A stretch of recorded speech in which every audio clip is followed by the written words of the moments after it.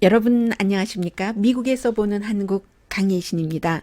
오늘은 제가 여러분들께 꼭 전해드리고 싶은 내용이 있는데 그 내용을 맨 뒤로 하겠습니다.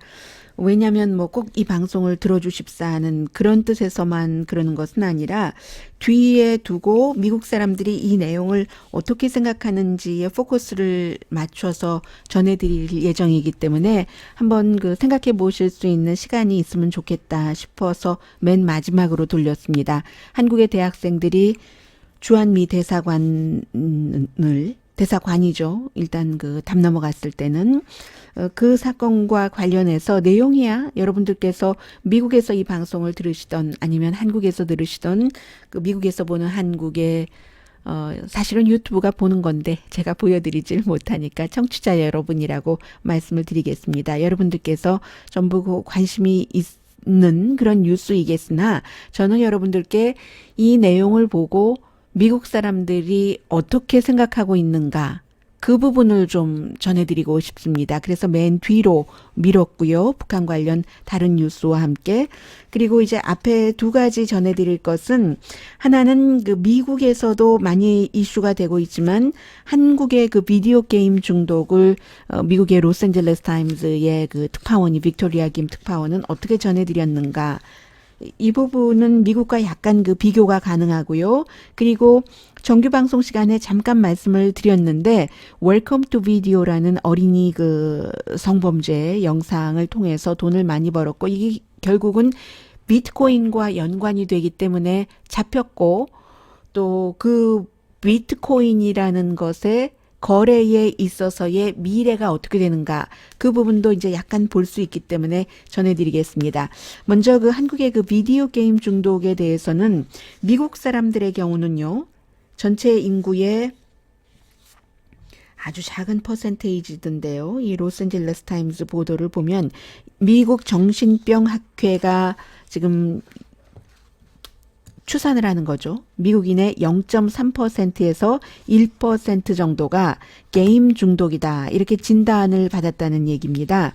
그런데 이제 한국의 경우는 성인의 대부분이라든가 아니면 그 청소년은 90% 정도가 게임을 하고 있기 때문에 이 가운데 아무래도 미국보다는 오히려 그 게임 중독 그 비율이 높지 않을까 짐작들을 하고 있는데 굉장히 그 큰 업계이기 때문에 비디오 게임 업계가 그래서 이 비디오 게임을 그 세계 보건기구의 경우는 인터넷 게임 뭐 병이다 이런 식으로 구분을 했지만 5월 달이었었죠. 한국에서는 정부가 그렇게 하려고 하는 이것과 비디오 업계의 반발 같은 것이 완전히 이제 서로 그 튕겨 나가게 되는 그런 부분이 있다는 것까지 함께 전하고 있는데 이 기사에서는 한 사람 결국은 지금은 그 감옥에 갔습니다. 72시간 동안이나 계속 그 비디오 카페인가요? 그렇게 부르던가요? 그곳에서 게임을 하니까 주인이 신고를 했었다는 것 아니겠어요? 중학교 때부터 계속 그 비디오 게임만 해서 할머니가 이제 항상 방문은 잠겨 있었고 저쪽 그 베란다에 나가서 뭐 하고 있나 보면은 완전히 그 비디오 게임에만 몰두돼 있고 그러다가 이제 인터넷 카페군요. 인터넷 카페로 가서 게임을 하면 할머니가 또 찾아다니고 또 도망가고 21살의 실업자로서 6월 달에 할아버지 장례식장에서도 휴대폰으로 게임만 했고 할머니는 이 게임이 아이를 망쳤다고 하는데 결국은 그 비디오 게임에서 끝난 게 아니라 이 사람은 그 도박빚이라든가 아니면 그 밖에 이제 그 인터넷 온라인 상에서 본인의 그 뭐 그런 여러 가지 범죄들이 일어나잖아요. 그래서 뭐 어떤 사람은 그 모로사이클을 여러 명에게 판다던가 그 등등 그런 것 때문에 그 다른 그 범죄를 저지르는 사람이 있고 지금 말씀드린 이 사람도 지금은 감옥에 있는데 그 전에는 이 비디오 업계에서 아주 무슨 큰 그 치료 센터 같은 것도 만들고 게임 업계에서요. 그래서 뭐 지난 몇 년 동안에 17,000명이나 치료를 했다고 하고 이 21살의 청년도 뭐 할머니의 뭐 간청이라든가 이런 것 때문에 좀 치료를 받아보려고 하다가 첫 번째, 두 번째 그 단계를 다 마치지 못하고 이제 그 치료를 제대로 받지 못하는 거죠. 그런데 결국은 지금은 감옥에서 비디오 게임은 하고 싶은 생각이 전혀 없다고 얘기를 합니다.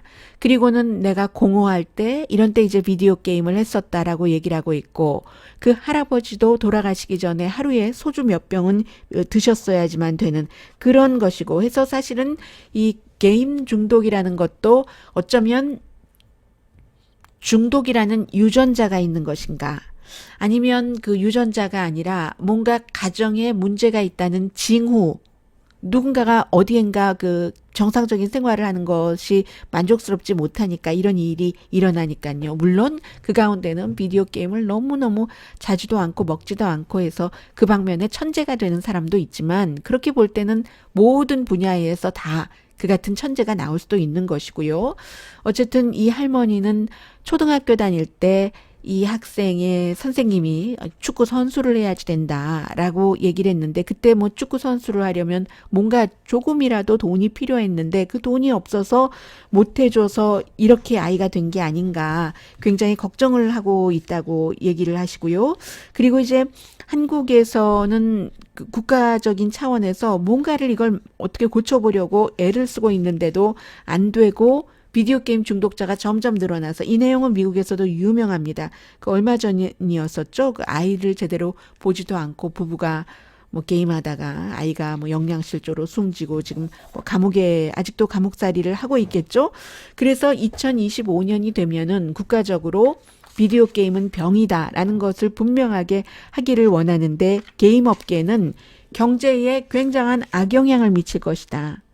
게임 업계의 경우는 WTO에서 이게 중독이다, 병이다 라고 얘기를 할 때도 그런 것 하지 못하도록 하려고 굉장히 노력을 했었죠. 더군다나 이제 한국의 비디오 게임 시장이 K-팝 시장보다 10배가 크다는데요. 수출에 있어서 그런 거겠죠? 한국은 그 인구로 따지면 일본이 1억 명이 넘고 중국이 얼마입니까? 미국이 얼마입니까? 그에 비할 때 뭐 5천만 명 조금 넘는 그런 인구이지만, 비디오 게임 시장은 미국, 중국, 일본 다음으로 한국이 네 번째로 커서 2017년도에 60억 달러를 수출을 했다고 하죠. 전체적으로는 한 130억 달러 시장 정도가 된다고 하는데, K-팝보다 10배랍니다. 10배. 그 정도로 많습니까? 또 K-팝이 6억 달러밖에 안 되나요? 수출이? 하긴 뭐 숫자가 많지 않으니까요. 그래서 비디오 업계에서는 그렇게 병으로 규정을 하고 나면은 재난이 될 것이다 라는 얘기도 하고요.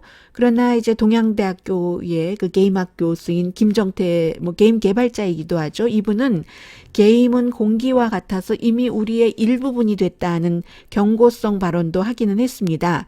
그리고 정부 각 부처 사이에서도 또 그 의료계 이런 그 의견이 서로 다르기 때문에, 뭐 문화 스포츠 관광부에서는 게임을 병으로 하면은 앞으로 3년 동안에 뭐 그 90억 달러의 매출이 줄고 8,700개의 일자리가 없어진다, 이런 경고도 하고 있기는 하지만, 너무나 병폐가 심하기 때문에 정부로서는 이제 이걸 병으로 하고 어떻게 해야지 되겠다라고 추진을 해나가고 있는데, 아니 그러면 왜 술 만드는 회사는 비난하지 않는가? 알코올 중독자가 그렇게 많은데? 자동차 사고가 나는데 왜 자동차 회사를, 제조업자를 비난하지 않는가? 뭐 이런 얘기들도 하고 있는 사람이 있고요. 아무튼 게임 자체가 아니라 다른 곳에서 문제가 있어서 게임 중독에 걸릴 수도 있다. 이건 사실은 뭐 보편적으로 생각해 볼 수 있는 문제인데, 그런 그 부분에 대해서 노성원 그 중독 전문가면서 한양대학교 병원 정신과 닥터가 LA타임즈와의 인터뷰에서 이런 얘기를 했습니다. 그리고 또 하나는 이 게임을 중독, 병으로 딱 그 구분을 해 놓을 경우에 뭐 어떤 부분은 긍정적인 효과가 있지만 수많은 사람에게는 잘못된 그 레이블을 붙인다. 한국의 대부분의 대다수의 성인들도 게임을 하고 있는데 컨트롤의 문제인데, 개인이 어디까지 내가 할 수 있는 부분에서, 그리고 사람마다 다 할 수 있는 부분이 다르잖아요. 어떤 사람은 소녀 가장이기 때문에 하루에 16시간 일을 해야지 되는데 15시간 게임을 한다면 이건 이 사람에게 더 큰 문제가 되는 것이고, 어떤 다른 사람은 뭐 아팠다가 회복하는 단계에서 뭐 비디오 게임으로 조금 뭐 행복을 얻는다. 이건 이제 또 다른 평가를 할 수가 있으니까, 그래서 수많은 사람에게 잘못된 잘못된 평가가 될 것이다 라는 지적들을 하는 사람들도 있고요. 그래서 이러지도 저러지도 못한다.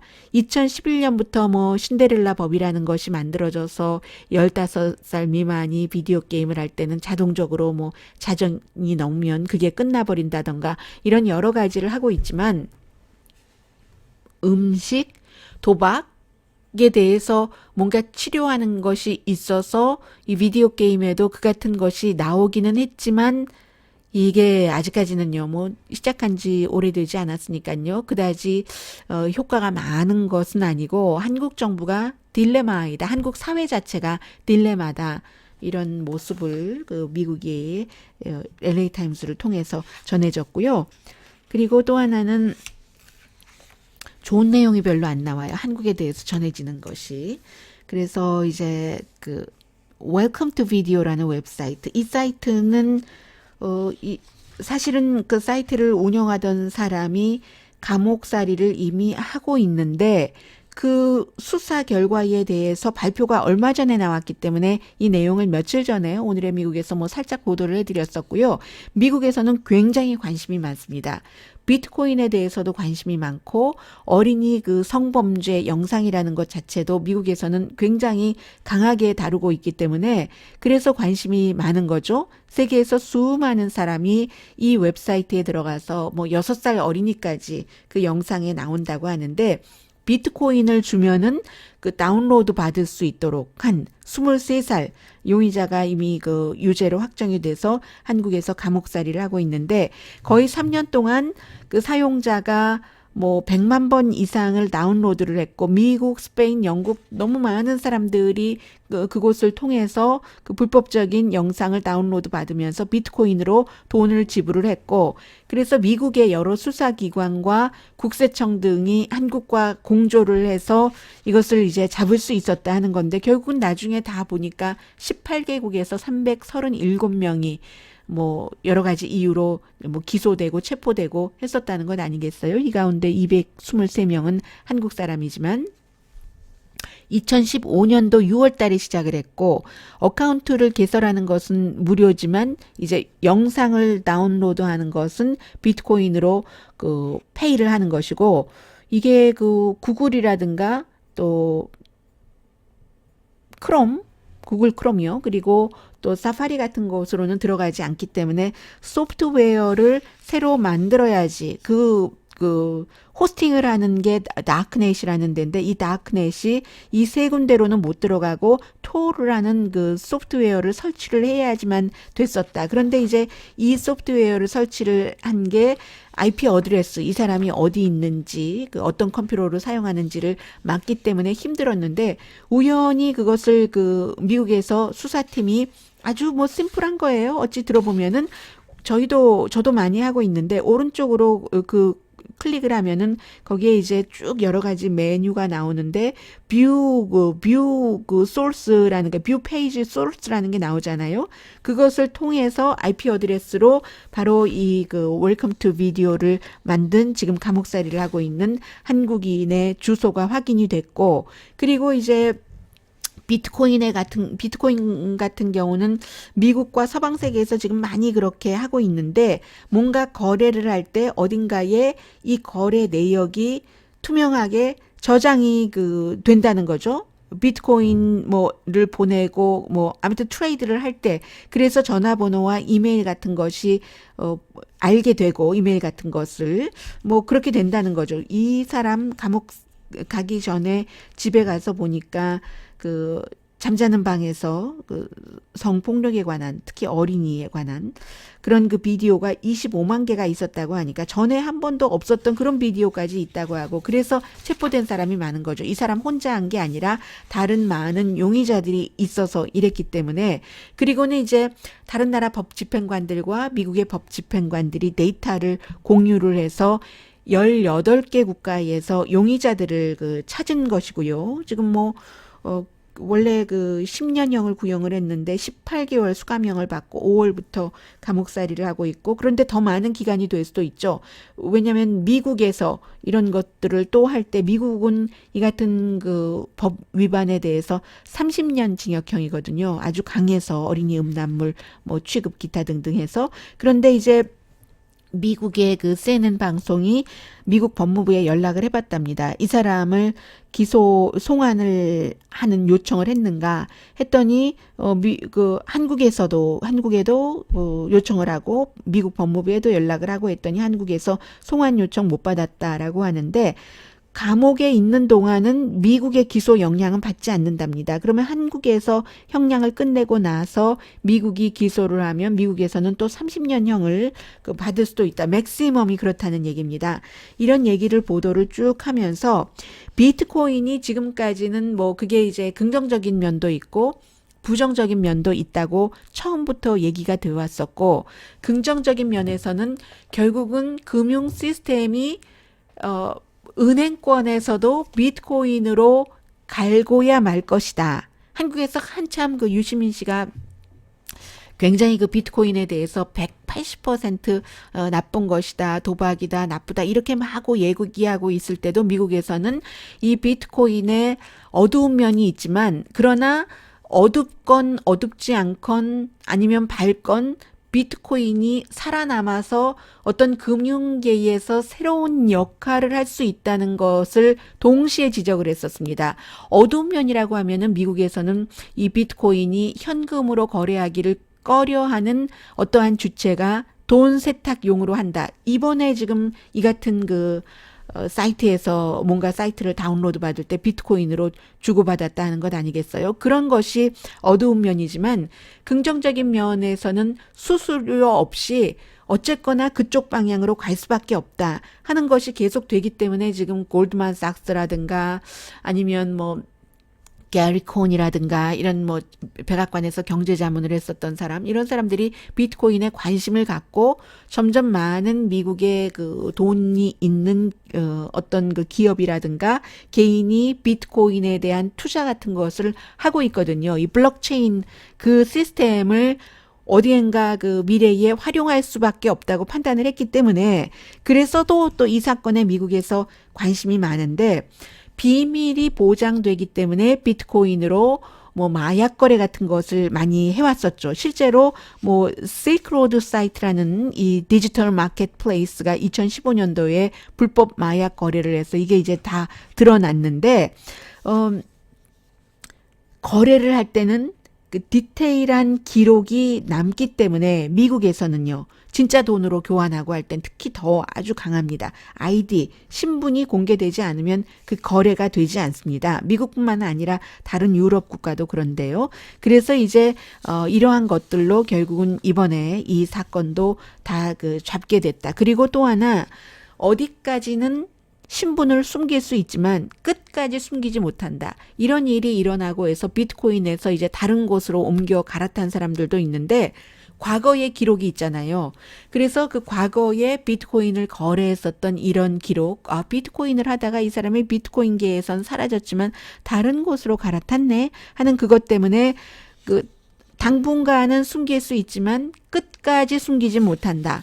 뭔가 앞으로 미국에서 비트코인 거래, 블록체인 이 시스템을 긍정적으로 보는 것은 밝은 세계에서 사용할 때지, 이처럼 암흑에서 누군가에게 자신 있게 내가 이런 것을 사고 팔았습니다라고 말할 수 없는 검은 거래에 이 비트코인이 사용되는 것을 장려하는 것은 아니고요. 그리고 어쨌든 이 비트코인 거래가 완전히 숨길 수는 없다 하는 것 때문에 이번 케이스에 미국에서 상당히 많은 관심을 갖고 보도들을 했습니다.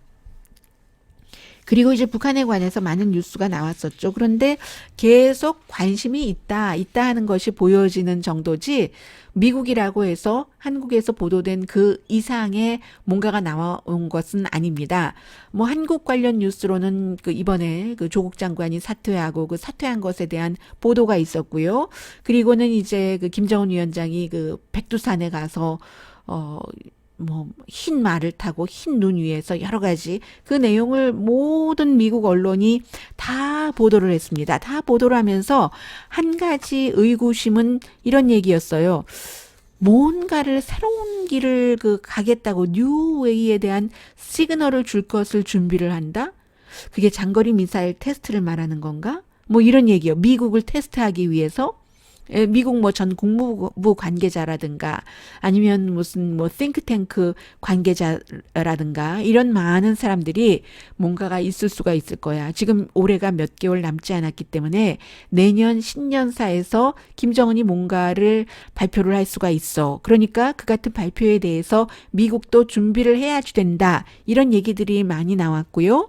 그리고 또 하나는 한국의 한국일보가 먼저 보도했었던 것을 미국의 뭐 재밌는 내용이라든가 좀 귀가 쏠깃할 만한 그런 것을 많이 보도하는 타블로이드 신문 뉴욕 포스트도 보도를 했고 뉴욕 포스트뿐만이 아니라 의회 신문인 더 힐도 한국일보를 인용을 해서 그리고는 재빨리 블룸버그가 먼저 보도를 했고요. 이 내용입니다.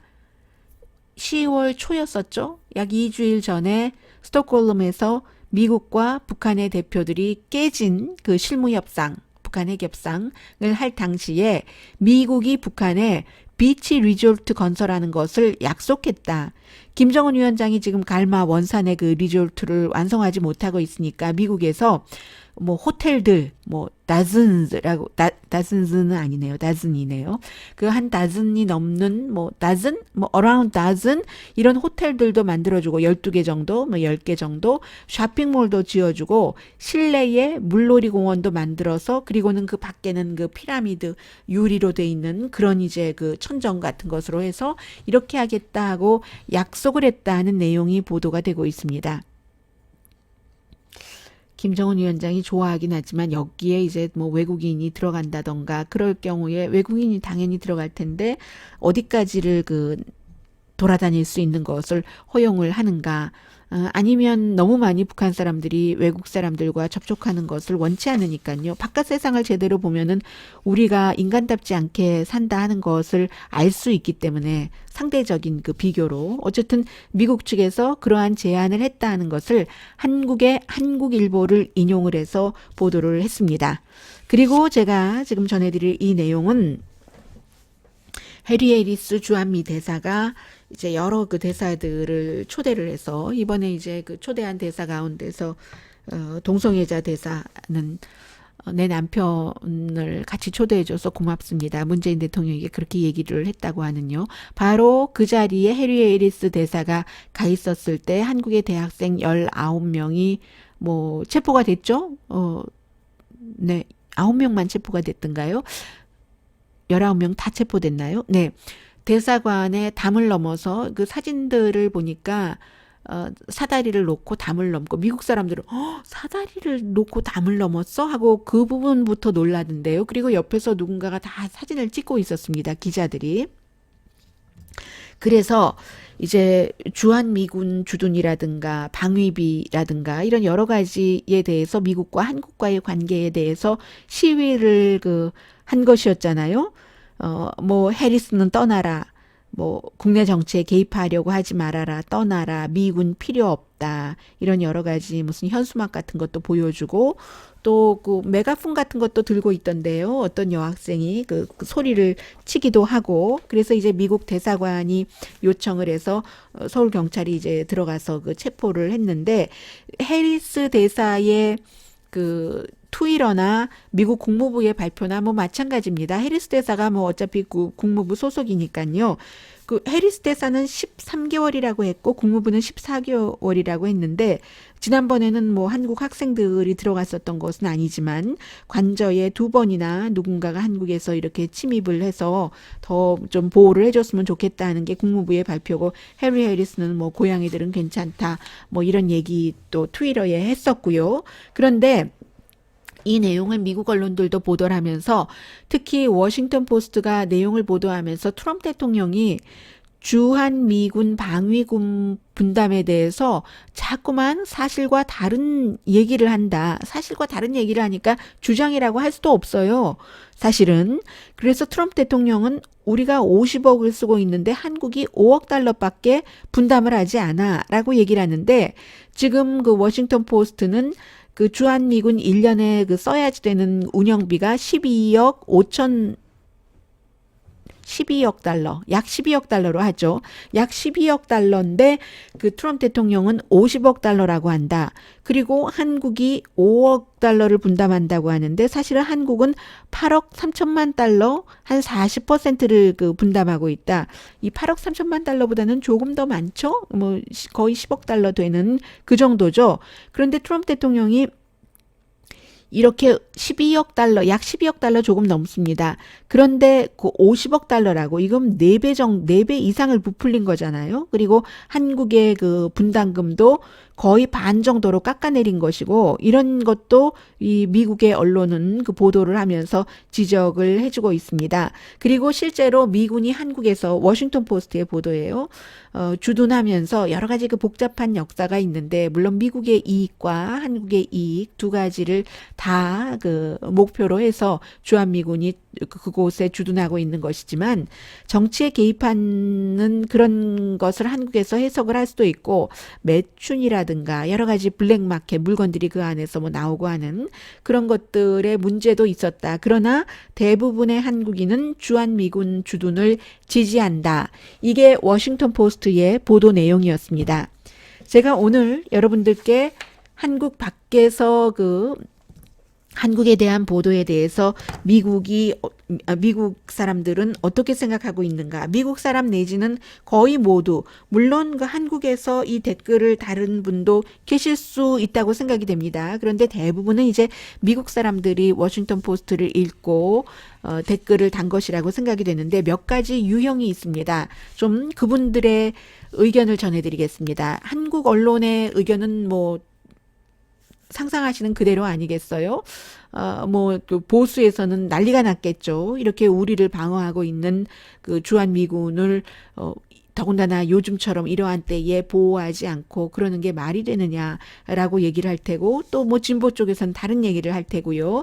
그런데 미국에서 일반 사람들이 이 같은 내용을 듣고 읽고는 한 얘기입니다. 우선 첫 번째는, 그 멍키데디라는 분은 사다리를 타고 벽을 갔어? 오마이갓이라고 얘기를 하고, 트럼프 대통령에게 말해라. 돈 낭비하지 말라고. 주한미군 철군시키라는 얘기입니다.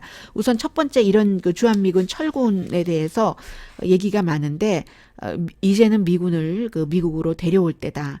철군해라. 김정은이 하고 싶은 대로 하게 내버려둬라. 그 학생들을 전체주의 아래서 살게 해라. 사우스 코리아를 포기해라. 이런 주장들이 그 첫 번째 주장이었고요. 그리고 이제 그 두 번째로는 미국인 나가라. 이런 얘기. 그리고 학생들은 전체적으로 그 프리 스피치, 미국식 표현으로요. 항상 미국이 강조하는 표현의 자유가 있다. 이렇게 얘기하신 분들도 계시고요. 이분과 비슷한 얘기를 좀 소개를 해드려야 되겠네요. 네. 어떤 한 분은 1980년 광주를 당신들이 알기나 알아? MSITNE라는 아이디를 가진 분입니다. 그 당시에 606명의 학생들이 숨졌지. 매 맞아서 숨진 학생, 강간당한 사람, 체포당한 사람, 고문을 당하고. 그때가 어떤 때였는지 알아? 미국이 지지한 전두환 때였어. 물론 전두환이 그 일로 인해서 나중에 물러나게는 됐지. 학생들이 시위한 데는 이유가 있는 거야. 이런 얘기를 한 분도 계셨고요. 그리고 또 다른 분은 한국인이시랍니다. 이분은 Free Whale in Korea, 자유고래 서울에서 뭐 이런 분인데, 내가 한국인으로서 이 학생들을 얘기를 할 때 제정신이 아니라고 표현을 하셨어요. 이 학생들이 한국 사회를 대변하지 않는다. 한국인은 일반적으로 미국을 좋아하고 미군 주둔을 지지한다. 작은 멤버의 친북 성향 그 학생들이 시위를 한 거다. 제정신인 한국인들은 절대로 이러한 것을 지지하지 않고 않고, 그리고 이 같은 그 일을 했었던 사람을 국회의원으로서 뽑아주지도 않아서 국회에도 이 같은 성향의 국회의원들은 아주 조금밖에 없다. 이런 얘기도 했고요. 그리고 어떤 분은 그 미군 주둔 그 반대 시위가 아니다. 5배나 그 방위비를 많이 내라고 하는 것에 대한 시위를 하는 것이다. 라고 얘기한 사람도 있고요. 그리고 또, 북한은 남한 침공에 관심이 없다. 미국이 북한을 침공하는 것을 걱정하고 있다. 그러니까 떠나라. 진짜 그 한국을 돕지도 못하면서 뭐 이런 얘기를 하시는 분도 계시고, 어떤 분은 한국의 군대는 굉장히 강하다. 어드밴스드 된 무기도 많다. 괜찮으니까 돌아가라. 그리고 또 어떤 분은 크게 신경 쓰지 말아라. 일부 학생들이 케이팝 뭐 이런 이슈보다 조금 더 심각한 이슈에 관심을 갖고 있는 학생들이 뭔가 일을 잘 모르면서 저지른 것이고, 그 여러 가지 그 깊은 의미를 모르면서 이게 무슨 운동이라고 부를 그 정도의 규모도 아니다. 한국에서 가장 큰 위협은 주한미군 주둔이 아니라 도널드 트럼프다. 뭐 이런 얘기를 하신 분도 계시고요. 그리고 한국은 자유국가다. 한국인은 그 이분은 한국 분인 것 같기도 해요. 그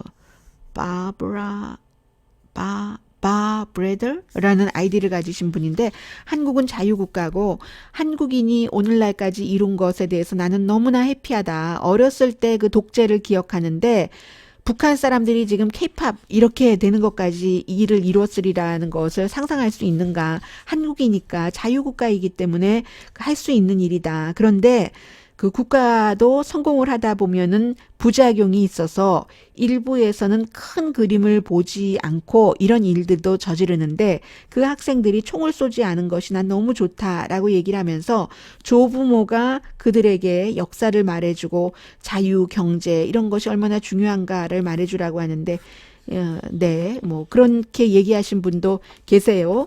그리고 어떤 분은 진우 플러스 리라고, 한국분이네요. 이분은 뭐 코리안 아메리칸인지 한국분인지. 한국인 대다수는 그런 그 이 학생들과는 다른 생각을 갖고 있다. 학생들이 조금 급진적이거나 순진하다, 나이브하다라고 표현을 하셨어요. 대부분의 한국인은 미국을 좋아하고 미국에 대해서 알고 싶어하며 미국과 더 가깝게 지내고 싶어한다. 미국이 한 일을 존중하고 이 19명의 학생들이 전부가 아니다. 학생들은 so naive라고 다시 그 강조를 하셨고요. 그리고 어떤 분은 한국은 정말 미국에 있어서 전략적인 요충지다. 지도를 봐라. 서쪽으로 중국이 있고 북쪽으로 북한과 러시아가 있고 동쪽으로 지금 막 그런 그 헌법을 바꾸려고 하는 아베가 있지 않느냐. 미국은 한국과 미국을 위해서 한국의 미군을 주둔시키는 게 필요하다. JFLH 14이라는 아이디를 쓰시는 분이고요. 그리고 이분의 아이디는 제가 이분의 얘기를 마지막으로 전해드리겠습니다.